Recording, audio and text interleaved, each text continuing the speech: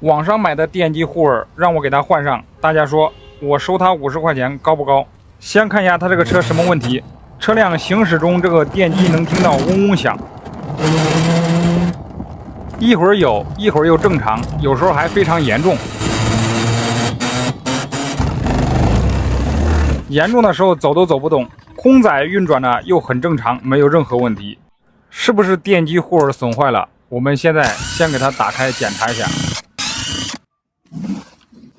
这个座筒拆掉之后，准备拔掉这个电机护耳插头的时候，发现这个电机有一根象线竟然烧断了。从这个线头上来看呢，这根线呢有明显接触不好打火的这个现象。现在呢，我们直接给它接上一根线，这边给它接到控制器上，我们试一下看是不是这个问题。应该就是这里的问题，这个电机护耳是应该没有问题的。我们先给它接上去试一下。这个象线我们接好之后呢，这根线断的原因呢，是因为这个控制器上少了一颗螺丝，这个控制器在里边晃，把这个线给晃断了。护耳我们最后也是检查了，是没有问题的。我们现在空载运转呢是正常的。接下来我们把这个座筒给它装回去，把车子行驶在路上看一下。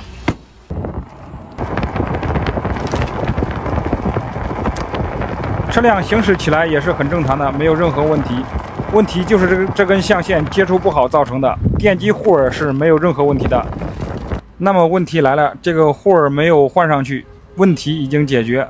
大家说这个收多少钱比较合适？